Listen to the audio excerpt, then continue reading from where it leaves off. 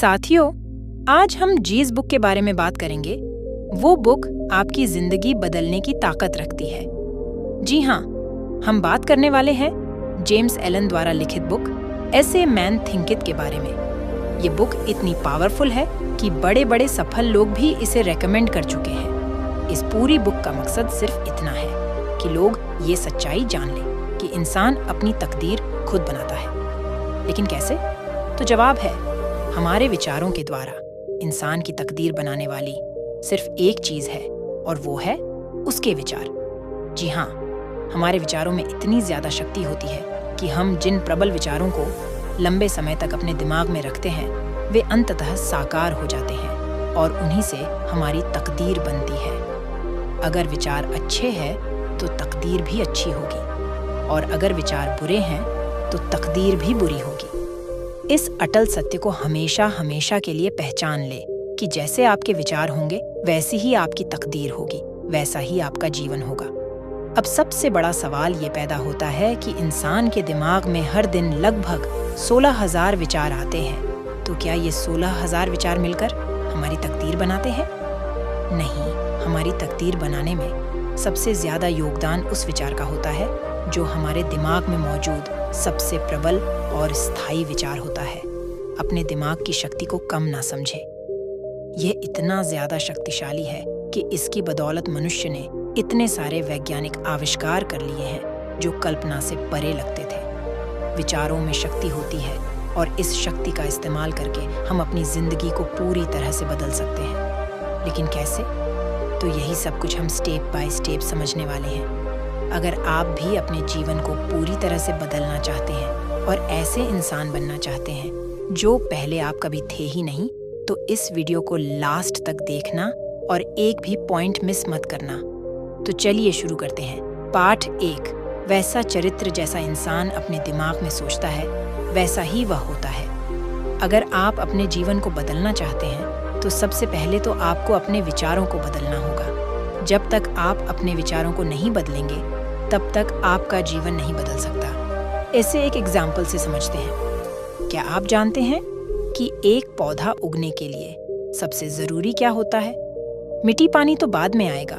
सबसे पहले कोई चीज जरूरी है तो वो है बीज। बीज से पौधा उगता है। बिना बीज के कोई पौधा पैदा नहीं हो सकता। इसी तरह विचार व मानसिक बीज है जिसके बिना सक्रियता का पौधा नहीं उग सकता और कर्म का फूल नहीं खिल सकता और सुख या दुख का फल नहीं मिल सकता। देखिए, जब तक बीज नहीं होगा तब तक पौधा नहीं उग सकता। इसलिए विचार पहले आता है, काम उसके बाद होता है। सरल भाषा में समझे तो आपके मन में कोई विचार आता है और फिर आप उस विचार के अनुरूप काम करते हैं। यानी विचार बीज है और काम उस बीज से उत्पन्न हुआ पौधा है और कर्म के इस पौधे से जो फल उत्पन्न होते हैं वे है सुख और दुहक। इस तरह हम देख सकते हैं कि मनुष्य अपने दिमाग में जिन विचारों के बीज बोता है वह उन्हीं के अनुरूप मीठी या कड़वी फसल काटता है। फसल कैसी होगी ये इस बात पर निर्भर करता है कि आपने कैसे बीज बोए थे। अगर आपने फूल के बीज बोए थे तो आप आम के फलों की उम्मीद कैसे कर सकते हैं? इंसान ही खुद को बनाता है, इंसान ही खुद को मिटाता है। विचारों के कारखाने में वह ऐसे हथियार बनाता है जो उसे नष्ट कर देते हैं। दूसरी ओर वह ऐसे औजार भी बनाता है जो उसके लिए खुशी, शक्ति और शांति के महल बना सकते हैं। पाठ 2। जैसे विचार वैसी परिस्थितियां। इंसान का दिमाग एक बगीचे की तरह होता है। अब वो बगीचा किस तरह से ग्रो करता है ये इस बात पर डिपेंड है कि हम उसकी देखभाल कैसे करते हैं। इस बगीचे को या तो समझदारी से तैयार किया जा सकता है या अनियंत्रित तरीके से बढ़ने के लिए इसके हाल पर छोड़ा जा सकता है। अगर हम कोई उपयोगी बीज नहीं डालते हैं तो उस बगीचे में खरपतवार के बेकार बीज आकर उगने लगेंगे और एक वक्त ऐसा आएगा जब ये खरपतवार और बेकार की घास पूरे बगीचे पर कब्जा जमा लेगी। जिस तरह माली अपने बगीचे की देखभाल करता है, उसे खरपतवार से मुक्त रखता है और अपनी इच्छा के अनुसार फल फूल उगाता है, उसी तरह मनुष्य को भी अपने दिमाग के बगीचे की निरंतर देखभाल करनी चाहिए। उसे सभी गलत, बेकार और अशुद्ध विचारों को खरपतवार की तरह उखाड़ फेंकना चाहिए। हर इंसान आज जहां भी है अपने विचारों की बदौलत ही है। उसने अपने चरित्र में जो विचार बनाए हैं वे ही उसे वहां लाए हैं। विचार का हर बीज, चाहे उसे बोया गया हो या दिमाग में पड़े रहने की अनुमति दी गई हो, वहां पर जड़ें जमा लेता है और अपने जैसे छोटे छोटे पौधे उत्पन्न करता है। यह बीज टेढ़ सबेर कर्म का पौधा उगा देता है, जिससे सुखद अवसर या दुखद परिस्थिति के फल पैदा होते हैं। अगर आप अपने जीवन में अच्छी चीजें चाहते हैं तो बुरे विचार ना सोचें, और अगर भूल से कोई बुरा विचार दिमाग में भटकता हुआ आ भी जाए तो उसे वहां जड़ें जमाने और लंबे समय तक रहने की अनुमति बिल्कुल ना दें। अच्छे विचारों और कामों से कभी बुरे परिणाम उत्पन्न नहीं हो सकते हैं। बुरे विचारों और कामों से कभी अच्छे परिणाम उत्पन्न नहीं हो सकते। इसका मतलब है कि मक्के के बीज से सिर्फ मक्के का पौधा ही उग सकता है, गाजर घास से सिर्फ गाजर घास। कृषि के क्षेत्र में तो इंसान इस नियम को समझता है और इसके अनुरूप काम करता है, लेकिन मानसिक और नैतिक जगत में बहुत कम लोग इसे समझ पाते हैं। अगर आप दौलत के क्षेत्र में सबसे ज्यादा तरक्की करना चाहते हैं तो दौलत के बारे में सकारात्मक और अच्छे विचार सोचें। अगर आप स्वास्थ्य के क्षेत्र में सबसे ज्यादा तरक्की करना चाहते हैं तो स्वास्थ्य के बारे में सकारात्मक और अच्छे विचार सोचें। ध्यान रहे, आपको बाकी क्षेत्रों में भी सकारात्मक और अच्छे विचार ही सोचना है, लेकिन जिस क्षेत्र में आप सबसे ज्यादा तरक्की करना चाहते हैं उस क्षेत्र में आपको यह काम ज्यादा शिद्दत से और ज्यादा निरंतरता से करना चाहिए। पाठ 3, जैसे विचार वैसा स्वास्थ्य। आपका मस्तिष्क 1.5 किलो से कम का होता है, लेकिन यह पूरे शरीर की 20% ऊर्जा का उपयोग करता है। यह हर पल आपके शरीर को संकेत भेज रहा है कि उसे क्या करना है। आपके हर अच्छे विचार पर यह किसी अच्छे हार्मोन या रसायन को प्रवाहित करने का आदेश दे देता है, और आपके हर बुरे विचार पर या किसी बुरे हार्मोन या रसायन को प्रवाहित करने का आदेश दे देता है। इसका मतलब यह है कि अच्छे विचार सोचने से आपके शरीर में अच्छे रसायनों का प्रवाह ज्यादा होता है, जिससे आपका स्वास्थ्य बेहतर होता है और आपको रोगों की आशंका कम रहती है। विचार ही कर्म, जीवन और परिस्थितियों का स्रोत है। आजकल इंसान स्वस्थ बनने के लिए डाइटिंग कर रहा है, लेकिन ये ध्यान रखें कि जब तक वह अपने अंदर के गलत विचारों को नहीं बदलेगा, तब तक खान-पान बदलने या डाइटिंग करने से उसे कोई मदद नहीं मिलेंगे।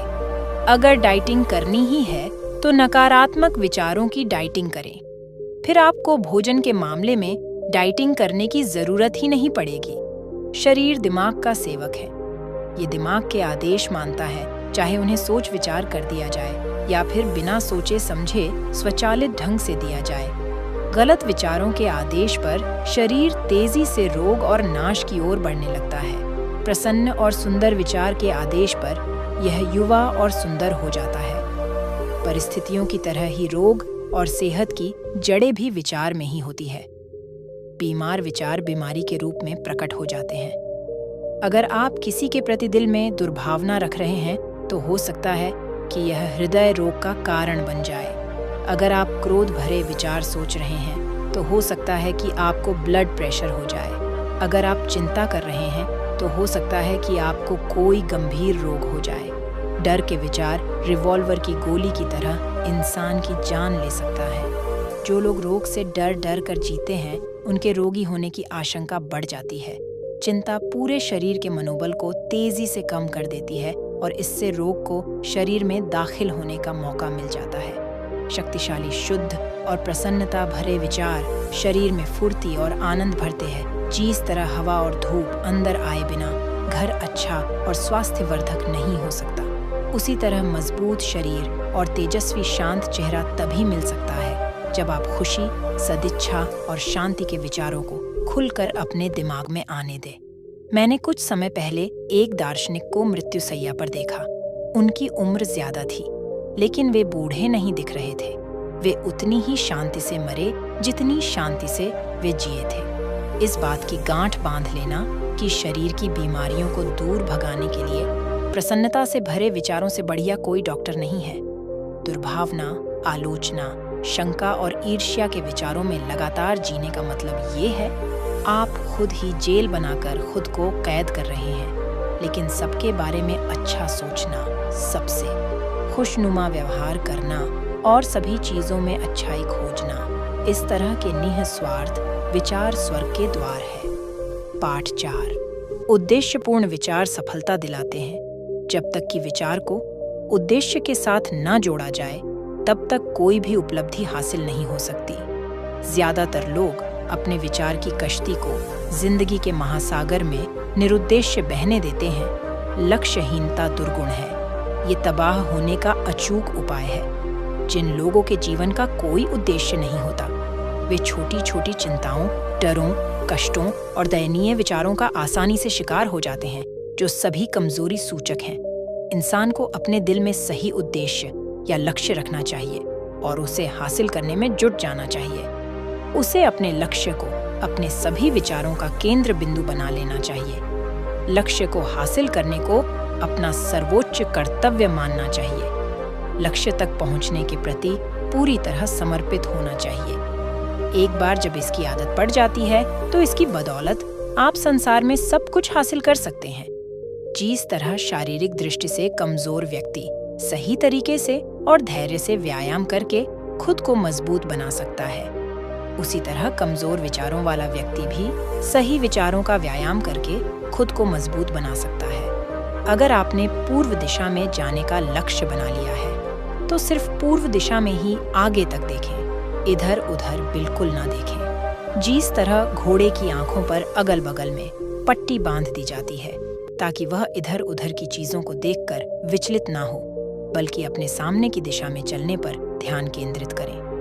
लक्ष्य केंद्रित इंसान को भी अपने लक्ष्य की दिशा में प्रगति करते समय ऐसा ही करना चाहिए। शंकाओं और डर को दृढ़ता से दूर हटा दें। शंका और डर के विचारों से कभी कोई चीज हासिल नहीं की गई है और कभी की भी नहीं जा सकती। यह हमेशा असफलता की ओर ले जाते हैं। शंका और डर रहने से उद्देश्य, ऊर्जा, काम करने की शक्ति और सभी शक्तिशाली विचार थम जाते हैं। अगर आपके मन में शंका है, तो इसका मतलब है कि आपको खुद पर विश्वास नहीं है। शंका और डर एकाग्रता के शत्रु है। वे आत्मविश्वास के शत्रु है। जब तक यह शत्रु आपके दिमाग में डेरा डाले रहेंगे, तब तक आप अपने लक्ष्य तक पहुंचने के लिए पूरी ताकत और एकाग्रता से प्रयास नहीं कर पाएंगे। इसलिए इन्हें अपने दिमाग से बाहर निकाल दें और आत्मविश्वास को दिमाग में बैठा लें। पाठ 5। हर उपलब्धि की नींव एक ही चीज है, और वो है विचार। इस बात को कभी भूलना मत कि इंसान जैसा सोचता है वैसा ही वह होता है। जैसा वह सोचता रहता है वैसा ही वह बनता रहता है। जैसे विचार होंगे वैसा ही जीवन होगा। अगर विचार उत्तम है तो जीवन भी उत्तम होगा। अगर विचार घटिया है तो जीवन भी घटिया होगा। मनुष्य अपने विचारों को ऊपर उठाकर ही ऊपर उठ सकता है, जीत सकता है और उपलब्धि हासिल कर सकता है। वह अपने विचारों को ऊपर उठाने से इनकार करके कमजोर, दीन और दुखी बना रह सकता है। आप क्या करना चाहते हैं, ये पूरी तरह से आप पर और आपके चुनाव पर निर्भर करता है। आप किसी भी पल अपने विचारों को बदल सकते हैं और जिस पल आप अपने विचारों को बदल लेते हैं, उसी पल आप अपने जीवन को भी बदल लेते हैं। त्याग के बिना कोई प्रगति या उपलब्धि संभव ही नहीं है। अगर आप अपने मोहल्ले में दौड़ में जीतना चाहते हैं, तो आपको कम अभ्यास करने की जरूरत होगी। अगर आप अपने शहर में दौड़ में जीतना चाहते हैं, तो आपको काफी अभ्यास करने की जरूरत होगी। अगर आप ओलंपिक की दौड़ में जीतना चाहते हो, तो आपको हर समय अभ्यास करने की जरूरत होगी और बाकी हर चीज का त्याग करने की जरूरत होगी। इसी प्रकार जो कम हासिल करना चाहता है, उसे कम त्याग करने की जरूरत है। जो ज्यादा हासिल करना चाहता है, उसे ज्यादा त्याग करने की जरूरत है। जो बहुत ज्यादा हासिल करना चाहता है, उसे बहुत ज्यादा त्याग करने की जरूरत है। आपके लक्ष्य से यह तय होता है कि आपको कितना त्याग करना चाहिए। बस अपने विचारों को ऊपर उठाने और खुद को ज्यादा सद्गुणी बनाने का काम निरंतर करते चले जाएं। अगर आप सही विचार रखकर सफल हो जाते हैं, तो आपका काम पूरा नहीं हुआ है। आपको पूरी तरह सतर्क रहना होगा कि कहीं गलत विचार आपके दिमाग में घुसकर डेरा ना डाल दे। इसलिए समय समय पर अपने दिमाग की तलाशी लेते रहे और उस पर एक बोर्ड लगा दे। नकारात्मक विचारों का प्रवेश निश्चित है। सही विचारों की बदौलत हासिल जीत को कायम रखने के लिए लगातार अपने मस्तिष्क को सही विचारों से भरा रखें। नकारात्मक या बुरे विचारों के लिए जगह ही ना छोड़ें। सफल होने के बाद कई लोग इस बात का ध्यान नहीं रखते हैं, जिसका नतीजा ये होता है कि वे तेजी से फिसल जाते हैं। उन्हें तो सिर्फ रोशनी और खुशी ही नजर आती है और वे इसे किस्मत का नाम दे देते हैं। वे लंबी और कष्टकारी यात्रा को नहीं देखते हैं, सिर्फ सुखद लक्ष्य तक पहुंचने की विजय गाथा को देखते हैं। इसलिए वे इसे आसानी से खुशकिस्मती कह देते हैं। ऐसे लोग प्रक्रिया को नहीं समझते हैं, बल्कि सिर्फ परिणाम को ही देखते हैं। इसलिए वे इसे संयोग का नाम दे देते हैं। इसलिए अगर आप इस संसार में सफल होना चाहते हैं तो अपने विचारों पर सबसे पहले और सबसे बढ़कर ध्यान दें, क्योंकि जैसे आपके विचार होंगे वैसा ही आपका जीवन होगा। सफलता के विचार सोचेंगे तो सफल होंगे, असफलता के विचार सोचेंगे तो असफल होंगे। मुद्दे की बात यह है कि अगर सोचने का विकल्प चुनना हमारे हाथ में है तो फिर सफलता के विचार क्यों ना सोचें। इसी में समझदारी है, इसी में फायदा है। पाठ 7, शांत विचार, शांत जीवन। हम कितने सारे लोगों को जानते हैं जो अपने गुस्सैल स्वभाव से खुद की जिंदगी का स्वाद किरकिरा कर देते हैं, हर सुंदर और अच्छी चीज को बर्बाद कर देते हैं, अपने चारित्रिक संतुलन को तबाह कर देते हैं और खामख्वाह लोगों से दुश्मनी मोल ले लेते हैं। आत्मनियंत्रण ना होने की वजह से ज्यादातर लोग अपनी जिंदगी बर्बाद कर लेते हैं और अपनी खुशी को मिटा देते हैं। आत्मनियंत्रण ही शक्ति है। सही विचार ही स्वामी बनने का उपाय है। शांति ही शक्ति है। अपने हृदय से कहें, शांत हो जाओ। अपने मस्तिष्क से कहें, अच्छे विचार सोचो, सही विचार सोचो, सकारात्मक विचार सोचो, नेकी के विचार सोचो। मानसिक शांति परिपक्व अनुभव की निशानी है। इंसान उसी हद तक शांत रहता है जिस हद तक वह यह मानता है कि उसका जीवन उसके विचारों का परिणाम है। वह बात का बतंगर नहीं बनाता, विचलित नहीं होता, चिंता नहीं करता और दुखी नहीं होता। वह हर स्थिति में संतुलित और शांत बना रहता है। शांत व्यक्ति खुद पर शासन करना सीख लेता है, इसलिए वह दूसरों के अनुरूप ढलने का तरीका जानता है और दूसरे लोग उसकी आत्मिक शक्ति के कायल होते हैं। इंसान जितना ज्यादा शांत होता है, उसकी सफलता, प्रभाव और नेकी करने की शक्ति उतनी ही ज्यादा बढ़ती है। सामान्य व्यापारी भी अगर ज्यादा आत्मनियंत्रण और शांति विकसित कर ले तो व्यापारिक समृद्धि बढ़ जाएगी, क्योंकि लोग हमेशा शांत व्यक्ति के आसपास रहना चाहते हैं। शांत व्यक्ति से सभी प्रेम करते हैं, उसका हमेशा सम्मान किया जाता है। वह तपती धूप में छायादार पेड़ जैसा होता है। वह तूफान में सहारा देने वाली चट्टान जैसा होता है। और एक लास्ट बात, इंसान को हमेशा वैसे ही विचारों को अपने मस्तिष्क में जगह देनी चाहिए जिन्हें वह साकार करना चाहता हो। अगर आप अपने जीवन को सुखद बनाना चाहते हैं तो सुखद विचार सोचें। अगर आप अपने जीवन को समृद्ध बनाना चाहते हैं तो समृद्ध के विचार सोचें। अगर आप अपने जीवन को स्वस्थ बनाना चाहते हैं तो स्वास्थ्य के विचार सोचें। और जब आप ऐसा करेंगे तो आपको बहुत बढ़िया परिणाम मिलेंगे, क्योंकि जैसे आपके विचार होंगे वैसा ही आपका जीवन होगा। आपको अपने जीवन में आगे बढ़ने के लिए बहुत सारी शुभकामनाएं। धन्यवाद। तो साथियों, ये वीडियो आपको कैसी लगी? मैं उम्मीद करती हूँ इस वीडियो से आपको बहुत कुछ सीखने को मिला होगा। अपनी राय कमेंट बॉक्स में दें। यदि आपने हमारे YouTube channel H Yadav inspired को सब्सक्राइब नहीं किया है तो सब्सक्राइब कर लें। ऐसे ही वीडियो देखने के लिए फिर मिलते हैं अगले